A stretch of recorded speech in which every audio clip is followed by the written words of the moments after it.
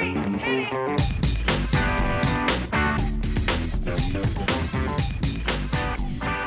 Good morning, good afternoon, good evening, and welcome to today's Caffeine for the Soul.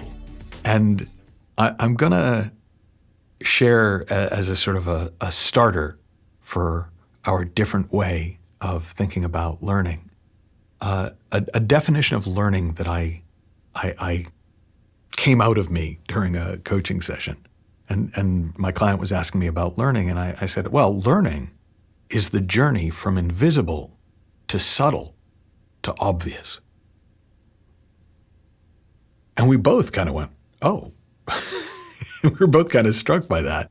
And the more I sort of explored it, the more I thought about it, the more I went, that's actually a really helpful and different way of thinking about learning. So when you're first trying to learn something, you usually don't know what you don't know. It's invisible to you. You're not even sure that there are distinctions to be made. But then you start to notice, oh, there's something going on here. So let's take the classic learning example of driving a car. First time you got behind the wheel, if you drive, you can do riding a bicycle if you don't drive a car. But first time you get up there, and do it, you don't even know what you don't know because you've probably been around cars. You might know the theory, but you just don't even know where to start. And then you start to make little distinctions. You start to kind of realize, oh, if I step on this, this happens. And if I step on it, this hard. But it's quite subtle. Like it's. I remember I had a friend who learned to drive when he was 18 or 19, and he could only do it with the radio off and if no one talked, because he had to pay attention to everything because it was all so new and his noticing wasn't very. Now, 3 months later, he was driving with the radio on, talking probably slightly unsafely because it was so obvious what to do that he didn't even have to think about it.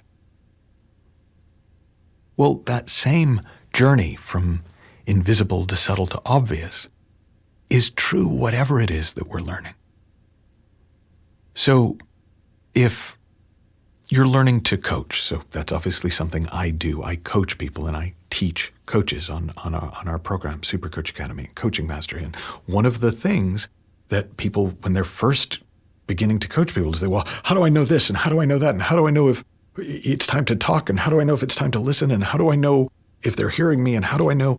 And it's like all these things that were invisible that go on in communication all the time suddenly became visible, but the differences between them looked incredibly subtle, like trying to tell the difference between two blades of grass.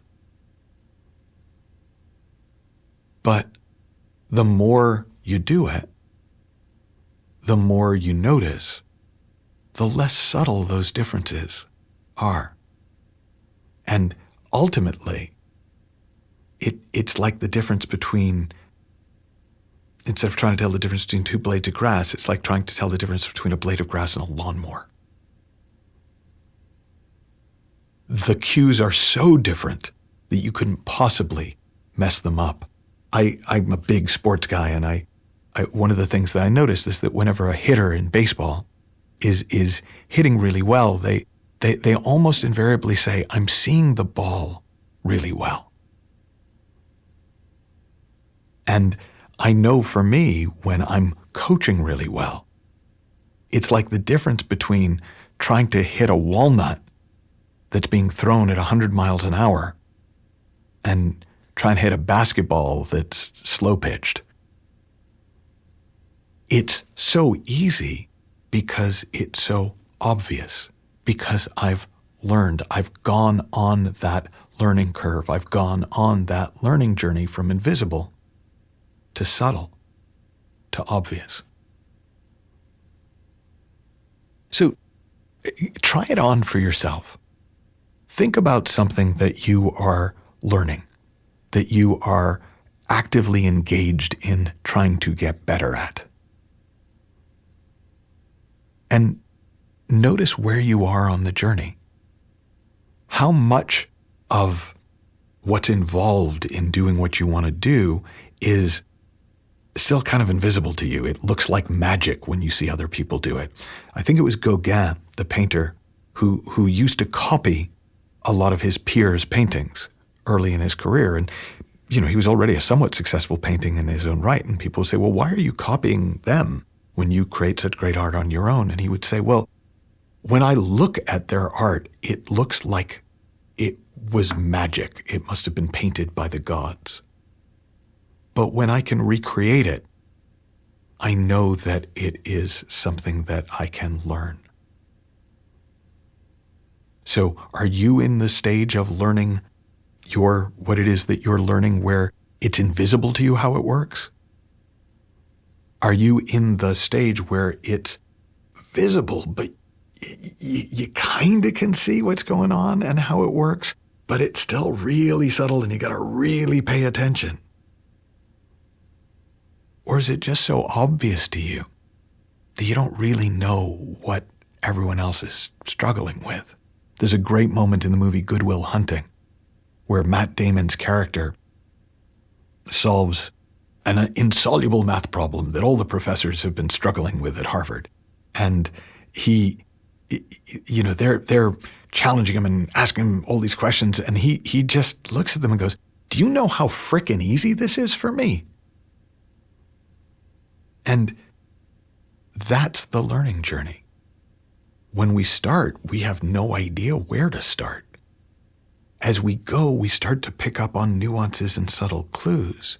But if we know that if we keep going, if we stay in the conversation, if we stay in the exploration, if we throw ourselves into the learning journey, there's going to come a time where it's so obvious to us, we're not going to remember why it ever looked hard. And that's what keeps you going, is when you are in the stage where it all is invisible and looks like magic, or you're in the stage where it's really subtle and hard and you've got to pay super attention and you're never quite sure, knowing that obviousness is inevitable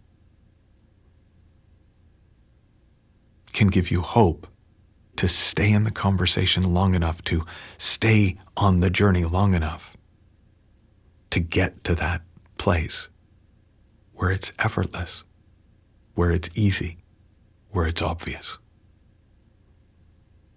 Have fun, learn heaps, happy exploring, and I'll talk with you soon.